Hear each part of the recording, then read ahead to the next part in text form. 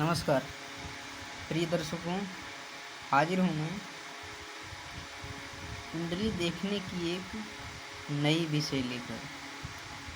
प्रिय दर्शकों, आज हम आप लोगों को बताएंगे कुंडली के द्वादश भाव में पंचमेश का फल।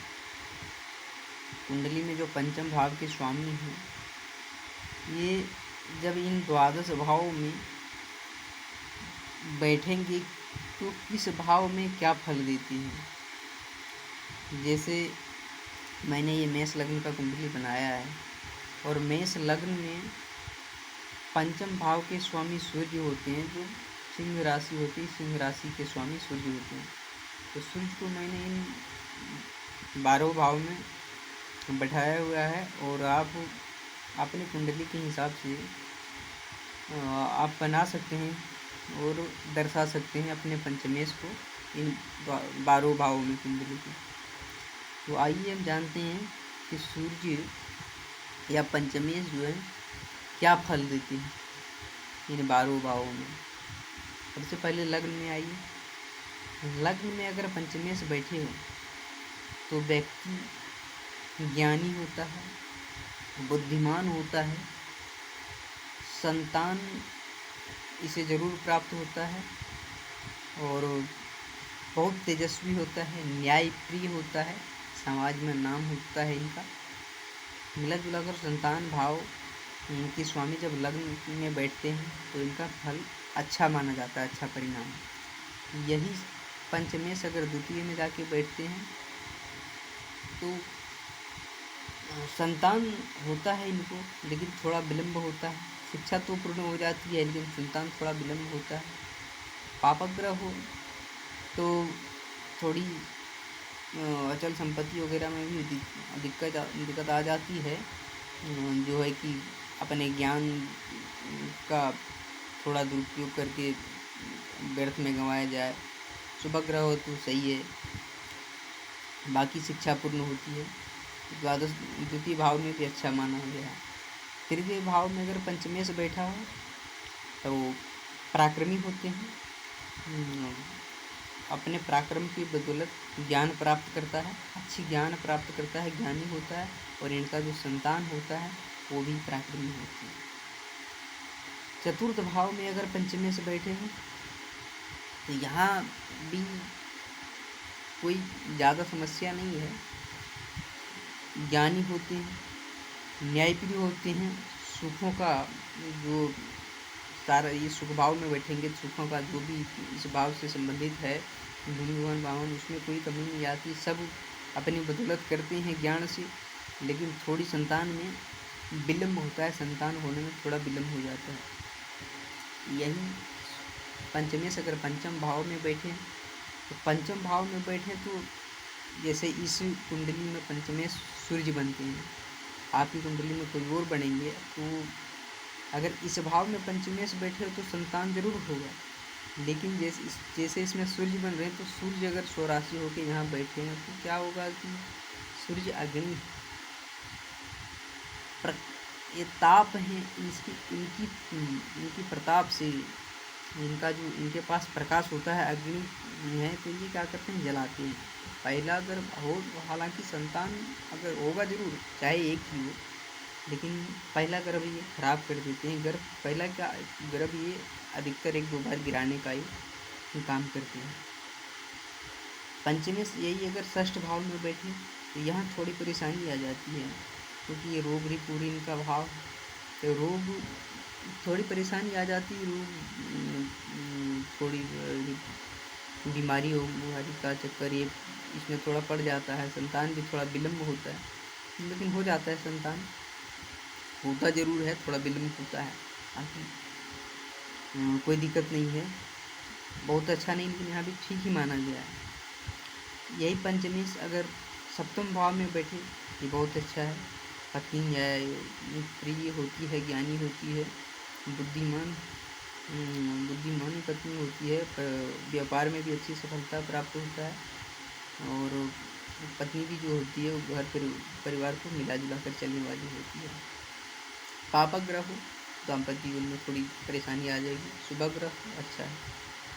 यही पंचमेश अगर अष्टम में आगे बैठे, अष्टम भाव में थोड़ी स्वास्थ्य से लेकर परेशानी आ जाती है, खुद पर भी और संतान पर भी। संतान में भी होता है लेकिन संतान थोड़ा विलम्ब होता है, बहुत इंतज़ार के बाद कष्ट से होता है, बहुत विलम्ब होता है और उसमें भी थोड़ी परेशानी आ जाती है। जैसे किसकी दृष्टि पड़ रही है वो भी देखना पड़ता है, कौन पंचमेश आपका बन रहे हैं उस हिसाब से देखा जा सकता है। क्योंकि 6वें 8वें 12वें में जब पंचमेश बैठते हैं तो कई बार ऐसी स्थितियाँ बन जाती है कि राहु शनि की दृष्टि पड़ रही हो, मंगल की, या खुद वही राहु शनि पंचमेश बन रहे हैं। तो ऐसी स्थिति में क्या होता है कि पिता के साथ मतभेद या माता के साथ मतभेद पड़ जाती है। तो ये देखना होता है 6वें 8वें 12वें में जब पंचमेश बैठे तो कौन सी आपकी पंचमेश कौन बन रहे हैं और उन पर किसकी दृष्टि है, गुरु की दृष्टि कहाँ है, ये सब देखना जरूरी होता है। यही पंचमेश। अच्छा, मैं पंचम भाव में एक और बात बोलना भूल गया था। अगर पंचमेश में जब पंचमेश की पंचम भाव में जब आप देख रहे होते हैं तो खास करके ये आपको ज़रूर देखना होता है कि गुरु कहाँ है। गुरु जब अगर आप पंचमेश के बारे में जानकारी ले रहे हैं तो आप अगर संतान होगा नहीं होगा इसके बारे में अगर जानकारी लेना चाह रहे हैं तो आपको ये देखना है। अगर पुरुष, पहले तो पुरुष स्त्री दोनों की कुंडली आपको साथ में रख के देखना पड़ेगा। इसके बाद अगर पुरुष की कुंडली देख रहे हैं तो उसमें आपको देखना होगा गुरु कहाँ है, सूर्य कहाँ है, इन दोनों की अवस्था देखना होगा। पंचम भाव की अवस्था देखना होगा, पंचम भाव पर पड़ने वाले ग्रह की अवस्था दृष्टि, जिन ग्रहों की दृष्टि पड़ रही है वो देखना होगा। पंचमेश कहाँ बैठे हैं वो देखना होगा और पंचम भाव में कौन ग्रह बैठे वो देखना होगा। ये तो पुरुष की कुंडली में हो गया। स्त्री की कुंडली में भी आपको गुरु देखना ही है क्योंकि गुरु जो है संतान के कारक है। इसके बाद चंद्रमा को देखना है क्योंकि वो रज्जु के कारक है और मंगल को भी देखना है क्योंकि वो ब्लड के कारक हैं। तो स्त्री की कुंडली में आपको चंद्रमा और मंगल को देखना है और साथ में गुरु को देखना ही है। और पुरुष की कुंडली में गुरु शुक्र को देखना है। शुक्र वृक्ष के कारक हैं। अगर शुक्र कमज़ोर हुए तो संतान होने में दिक्कत हो सकता है, वृक्ष में कमी आ जाएगी तो संतान होने में दिक्कत हो जाएगी। इसलिए शुक्र को जरूर देखना है। शुक्र अगर कमज़ोर हो तो समस्या पड़ सकती है। इसके साथ साथ गुरु को देखना है, इन दोनों को देखना है। इसके बाद पंचम भाव पीड़ित ना हो वो भी देखना है। तो हम बात कर रहे थे अष्टम भाव की। अष्टम भाव में अगर पंचमेश बैठे हो तो व्यक्ति, जैसे मैंने बताया, संतान होता है लेकिन बहुत विलम्ब होता है और किस प्रकार का संतान होता है। कई बार पिता के साथ मतभेद संतान तो हो लेकिन लायक नहीं हो, ऐसी स्थिति आ जाती है। तो वो देखना पड़ता है संतान में कौन बन रहे हैं और उन पर किसकी दृष्टि पड़ रही है। तो ये सब स्थिति देखी जाती है। और यहाँ जब पंचमेश बैठते हैं तो व्यक्ति जो है वो बुद्धिमान होता है, ज्ञानी होते हैं और ज्योतिष में दिलचस्पी रखती है। ज्योतिषज्ञ भी होते हैं, कई बार ज्योतिष बन जाते हैं यहाँ, क्योंकि आध्यात्मिक क्षेत्र है, यहाँ आध्यात्म का अभाव है, यहाँ से आध्यात्म का विचार होता है। यही पंचमेश अगर भाग्य में बैठा है तो अत्यंत सुंदर संतान होता है, संतान ज्ञानी होता है, संतान के बदौलत उनका भाग्य खुलता है, उनका भाग्य अच्छा होता है, बहुत अच्छी स्थिति बनती है। क्योंकि संतान के चलते भाग्य, संतान होने के बाद भाग्य अच्छा